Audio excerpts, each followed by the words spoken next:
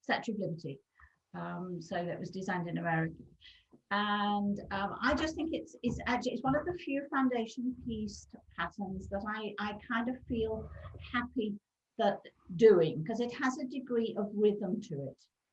Foundation piecing, for those who haven't come across it, is a way of sewing very accurately. You sew on the line, and it's like sewing by numbers. And it was designed by girls who do miniature quilts. So I'm going to just show you this. If you think of this as it's about 6 inches tall, and it's got 36 pieces in it. That would be impossible in the traditional method of cutting little pieces of fabric, adding the 1/4 inch and sewing. But it's very possible when you're doing it with foundation piecing. So it was designed by the girls who liked doing miniatures as a way of creating pictures too. This happens to be geometric because it's flying geese. But this is a book that is done by Leslie Franklin. You can see it's 2 by 2. It was one of a series. It's the only one we've got copies of now. And it's the Ark. And it has pictures of, there we go, pictures of the 2 by 2. Now they are quite small, but they're still very doable. And as I say, this is a book we have on sale here. Yes, it is actually on sale. But what I wanted to show you is that if you wanted to, on pictures, I was hoping that there would be, there we go. If you want to take this to the photocopier, you can enlarge this. These are drawn full size, but you could enlarge it on a photocopier and you won't destroy the picture at all. It just makes it bigger. So for something like this, which has maybe a lion or a sheep or an elephant, you want a 6-inch elephant, you can take this and just work on it. The only thing that gets ruined is your 1/4 inch seam allowance because it gets enlarged. But I will talk about that right at the end. So just to give you sort of food for thought, if you like. And the only other thing that you need to think about in terms of equipment is you have always you need something that you're going to sew through, because as I said, this is sewing by numbers, and this is the piece we're going to work. This works 1 through 13, and this is the crown that I'm going to work on for you. So we need bits of paper that we are going to sew through. So this is going to convert this to a paper template like this. And then you need the template A and template C to go with it. So you've got 3 bits, A, B, and C. B is the only one we use lots of and we destroy in our sewing and sewing and tearing the papers off. B and C, you need to make paper templates and hang on to them. So as I said, I will come back to that. In order to make yourself a paper template, I took them, I was at home and I just have done it on the photocopier. I was only going to do one, that's fine. And photocopier paper is absolutely fine to use. It's quite robust though. So if you're doing a whole quilt, I really don't recommend it because it will blunt your needle a little bit and it's quite robust. But if you want to do just one block as a trial and you can't, you know, in other words, sort of later on, and you just can't wait, I just want to say that it's absolutely fine to use the photocopy paper. If you're making a whole quilt, though, we do sell proper, what I call proper foundation paper. It is manufactured here in the UK. Emma has found us a UK supplier. It is a little bit thinner. You can see through it. So sometimes the pattern, if you were doing something else, sometimes the pattern says trace it off. Well, you can do that. I'm dreadful at tracing. I just get bored with it. So my friend Leslie makes traces a lot and very accurately, but me, I'm rubbish. So I would always put this through my photocopier or my domestic printer so that I can have lots of copies. Again, if you do that, always keep the original because these will vary fractionally from the original, but they will be identical to each other. So what you always want to do is keep the original and make sure you know which is the original. Okay, so sewing by numbers. So we're going to make this crown of thorns, as I say, that's this piece here. So we're going to start upside down and back to front. So I have decided that the even numbers, when we look at this, the even numbers will be my dark fabric and the odd numbers will be my background fabric. So and I'm going to make them the same as each other. And I'm just going to work my way from 1 through to 13. I have used 2.5-inch strips of fabric. The thing about foundation piecing, certainly as a beginner, is don't be too mean. It does look as though you've got wastage, but I promise you it's a lot easier to have a bit of fabric wastage than have to go back and unpick or adjust. It's very straightforward. As I say, you're going to sew on the line. So we're going to put the fabrics right sides together. So this is my background fabric, and this is my feature fabric. So this is the number 2, this is number 1. They're right sides together, and I placed them underneath my piece of paper ready for sewing. Now, if I bring this back, you'll see that I've got a 1/4-inch seam allowance. So, and this is my sewing line. So we're going to put this back here. We put a pin in here, and I'm going to sew from beyond. You can see I've left all of this. You don't need to cut this off, but you do need to sew beyond your 1/4 inch. This is your 1/4 inch seam allowance. So you need to sew from the before and continue on till after, because we're going to trim it off afterwards. And you're going to sew with a small seam, with a small stitch, please. So most good. Thank you. So normally we sew with 2.5. Because we're going to tear this paper off, it makes your life easier if you reduce this to about 1.8, 1.7. You could do 1.5, but it's very boring. It's very slow. It takes forever. So I think about 1.8 for your stitch length. You can use any foot you like, doesn't matter, and any needle you like. Once you've done with your foundation piecing project, though, I do suggest you change your needle. Treat yourself to a new needle. It will blunt it. But then we should treat ourselves to a new needle much more often than we do. So, as I say, 1.7. Now, I like to use, so I like to see where I'm going. I use an open-toed applique foot. Anything that's got an open toe works fine. So I can see where I'm going, and I come from here all the way down to here. And then what we're going to do is we are going to make sure that the fabric, my background fabric, sits under one, and I'm going to fold this. I do finger press this to start with, and I would like you to get into the habit of folding it first before you trim these bits off. Sorry, because if you trim them first, this is a curve, the angle will be wrong. It's a really good habit to make sure your fabric is in its finished position before you trim it. I'm just going to lob that off. So we've sewn between number 1 and number 2. The next thing to do is sew between number 2 and number 3. How am I going to do that? You need to kind of be seeing underneath and through the paper. The easiest way to do that is to fold along here. Now, I've been doing this a while, so I could just kind of finger press that like this. Some people like to have a little bit of postcard that they put along here. This is a bit of a pad that I've used. I've used bits of card that have come off the packaging from my rotary cutter, anything like that. But you need to fold along here so you can fold this paper back.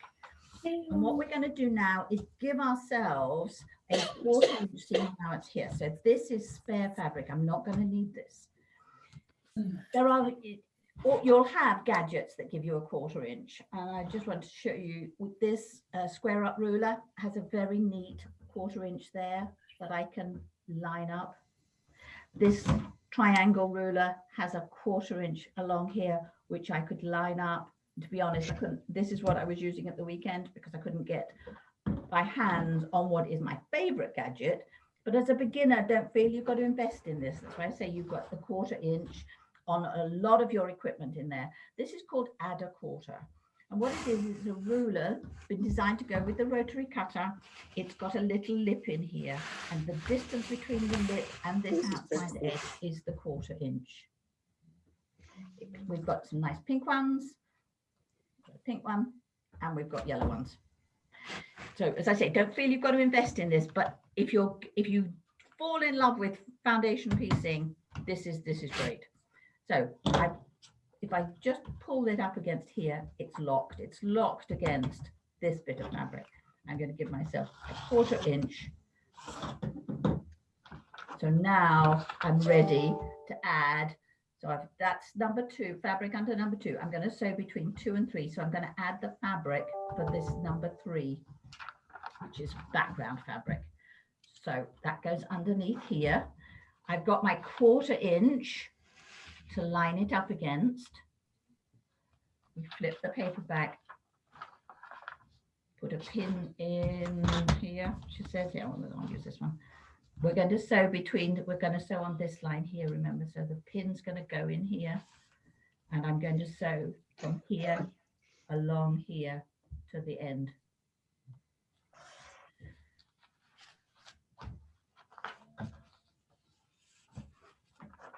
And then once that's done, we'll be able to open this up. So here's kind of another one. So we've done, on this one, I've done numbers. You can see we've got, that's 1, 2, 3. This is number 4. So I've gone one step further on. We can trim this back and again, give ourselves that 1/4 inch. So, and this is why I kind of am happy to do this particular pattern. There is a sort of rhythm to it, which I like. So that goes on here like this. We flip that back. I need another pin. And we would sew. So we've sewed between 3 and 4. Now we're going to sew between 4 and 5. Again, sewing from here all the way along. And when you've done those, you start to get a sort of a crossover here. And when we come to trim it up, then your fabric is all secure in the top. Don't be too mean on here. You can come back and trim it up later. So we're going on and on. So this is, I just want to kind of keep going because it'll just give you that sort of rhythm to it. So again, we've got this I've done 7 and 8. I'm going to go between 8 and 9. So again, fold that one back, trim to the 1/4 inch, put that on here, flip it back and sew along those lines between, yes, beyond here, so between 8 and 9.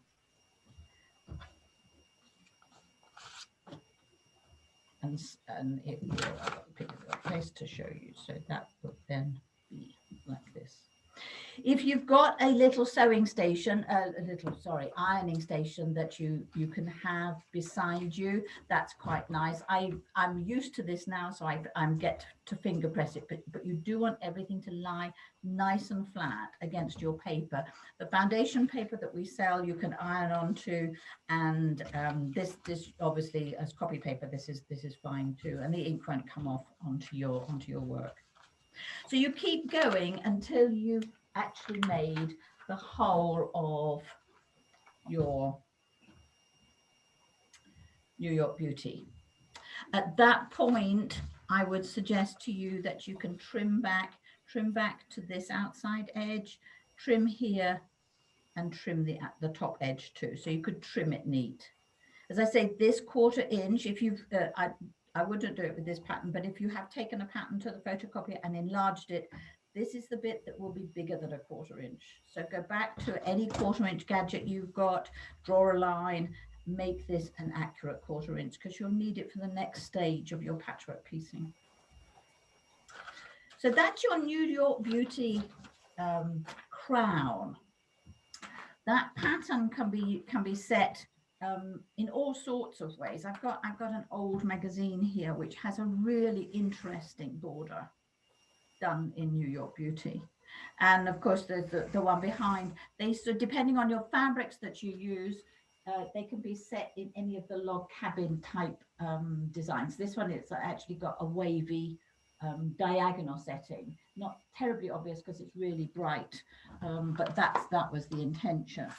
And then this is another variation on New York, which I thought would be fun. It's amazing what you find when you've got a Zoom demo coming up to look at my cupboards. But I clearly started this with an intention of making something that was as bright and fun as this. And I've got lots of these as my templates, which would be very similar. You could draw this yourself, and same sort of idea, but it's just a stitch and flip. And for me, that gives it a rhythm that I quite like. So those are your foundation piece bits. So to make this, you've got two. You've got the handle, which is very like a Duncan's Path handle here, or Grandmother's Fan handle, and then you've got this big piece here. We have given you the templates for those, so do draw them, do photocopy those, but then you can just cut them out. You are going to hang on to those. They only need one of each. And they come with orientation marks. Now, when I was taught dressmaking, I was told that these were kind of like tailor's marks. Actually, this one's better. I was always drawn like this. It's got a V in here.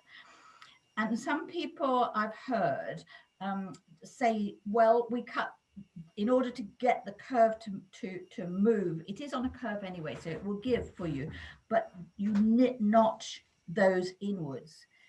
Personally, I don't like that. This is only 1/4 of an inch wide. And if you notch in there and you get a bit generous, you've got no seam allowance left. So my granddad told me that, and told Mum, that we always notched outwards. It's a little bit extra fabric, but it actually gives you more to play with. So I would do that with template C. I would also do that now with template A. This is my original, and I didn't. It's just got the orientation marks on there. But I would put those notches out here. I would extend them to beyond. Because what you want to do is when you cut your fabric is you need to be able to orientate those with your fan here. Now, remember, this is a finished piece, so it actually has the 1/4 inch under here. But I can kind of show you, if I put this on here, these orientation marks are meant to go at the top of this thorn and this one here. So when you're pinning your piece of fabric on, that's what you're going to pin. You will have the fabrics right sides together, so they will be like this. Difficult for me to do with the paper, but I promise you when it's fabric, it gives. So that one's going to be pinned to here, that one to here, that to here, and that to here in the seam allowance. So when you come to sew it, this is big enough, you'll be able to pin all of that, and you sew it from this side. And you're going to sew your 1/4 inch seam allowance, but you are going to aim, don't worry about seeing this 1/4 inch. I mean, look how wobbly that is. But on the right hand side, it doesn't show because we can't, the fabric won't press like that. You are going to aim for that point here each time when you're sewing from this side. And I do sew this way up for this big piece. So I would have that pinned underneath, and I would sew from the edge to the point, to the point, to the point. And then that would, and it will give because it's all on the bias. The trickier one is this little guy. So I'm going to suggest that you start with a big guy because you'll get the feel for it. This small handle is a little less easy, but you can do it with just 3 pins. Unfortunately, I can't do it with 3 pins and paper, but trust me that if I show you how this goes on, and this is what I do. So you would take the papers off the back here, because you don't have to take all of this off. You can just take off this 1/4 inch, because your 1/4 inch is now shown by your sewing. So where that cross comes, that's where you're aiming for. And when you put these right sides together, you want to make sure that this lives absolutely over the top of each other like that. It's a right angle there. And you're going to sew to halfway. Put a pin in halfway. You're going to sew from the beginning to halfway. Stop with the needle down. Take this round and sew. Then it will manipulate all the way back to goes in here. So you're having done this bit to here, then you manipulate this one round as well, so that it's with a pin, it absolutely sits here like this. As I say, it's very difficult for me to do it with fingers, but actually if I pull it, you'll see that it stretches. The question is going to be on all of you is, which way up do I sew it? Do you have this up or that up? That's a personal choice. I like to do it this way because I feel I've got more, less chance of putting a fold in this little guy than I have because this is the bigger piece underneath. It does mean, however, that I can't see where those points are. So you have to trust that that 1/4 inch is correct, which is why I was saying earlier, just cut the 1/4 inch. So if you're used to sewing the 1/4 inch, that will come good. Don't panic this with your first one, it will be fine, but don't try to do this little handle with too many pins. The pins just get in the way. The fabric will manipulate itself round from there to the middle, and then from the middle back out again, and then give it a nice press. If this comes, sometimes I find on this one, less so with the big piece, but the little one, because I've been stretching, been a little over generous, and this isn't 100% square, you know what, you can trim it afterwards. Nobody's going to know. This is the big bit we're going to see. So you are probably less likely to just do one. You're probably likely to do 3 or 4 of these. So I would print off enough paper to just get on with 3 or 4. 4, of course, make a complete circle. If you had 3, you could have a blank. If you had 3 in this, you could have a blank square of this. So you could think about something that's a little bit asymmetrical if you wanted, those of you who like designing. If you feel that this is something that you'd like to spend a whole weekend doing, a friend of mine called Sue Rhodes is doing a weekend retreat for just hands-on in September, I think. Yes, I think down at Hailing Island, Langston Keys Hotel, and she's doing Drunkard's Path and New York Beauty, and she's got an amazing way of setting that she's designed. It's a partial square, partial seam technique that she makes turns 4 into blocks. She also has a great technique for chain piecing these crown of thorns, which is really clever. She's done it for just hands-on. I need to watch it a little bit more, or spend my weekend here, not playing hostess. I'm maybe weekend. You can join me. I'm planning to do that weekend. Yes, it's proving very popular, I have to say, and it will be a lovely weekend. But as an introduction to foundation piecing, I think this has a logic to it that might that I hope that you'll enjoy. So I say you don't have to. Yes, that's about it really. Sorry, I use 2.5 inch strips because I think that they're really, again, that gives a degree of symmetry. You have the free download is on our website under new in free download and patterns as always. The templates are there for that. So all 3 templates are there that you can print off, and they're the same size as Val has been demonstrating with. So you could just go and look out a jelly roll and yes, absolutely, some background fabric and get started on it then. Yeah.